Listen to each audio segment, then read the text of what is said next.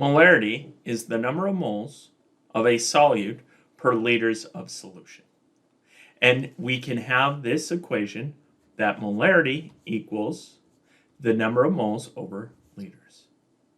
Well, we can rearrange this to get that the number of moles of solute is equal to the molarity times the number of liters of solution. And then we could rearrange this again by dividing by the molarity to get that the liters of solution is equal to the number of moles of the solute over the molarity. These two equations can be used to answer a number of questions about solutions. Let's start with the first one. A sample of seawater has 0.6 molar sodium chloride. We want to know how many grams are in 750 mLs of seawater.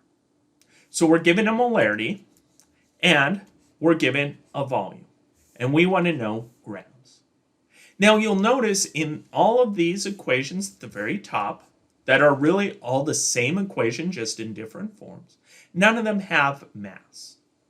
But they do have moles. And so if we can find the number of moles of the sodium chloride, we can convert that to grams using the molar mass. So how are we going to do this? Well, we want to know N. We're given a molarity and a volume, so we can use that N equals the molarity times the number of liters to get to the number of moles. Well, first, we need to figure out what the number of liters is. So we can take 750 mLs. We can use the conversion factor that 1,000 mLs equals 1 liter. And we can convert between the two. And so 750 mLs is 0.75 liters. So we take that molarity, multiply by 0.75 liters, and that gets us 0.45 moles of our sodium chloride.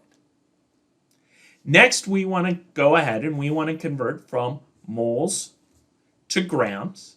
And so what we're going to use is we're going to use the molar mass of our NaCl. This is sodium chloride. And so how do we do this? Well, we look at the periodic table. We know that we have NaCl, which is 22.99, plus chlorine, which is 35.45 for its atomic mass. And so when we add these together, we get 58.44 grams per mole. We have moles. And so to get to grams, what do? We put moles on the bottom, grams on the top.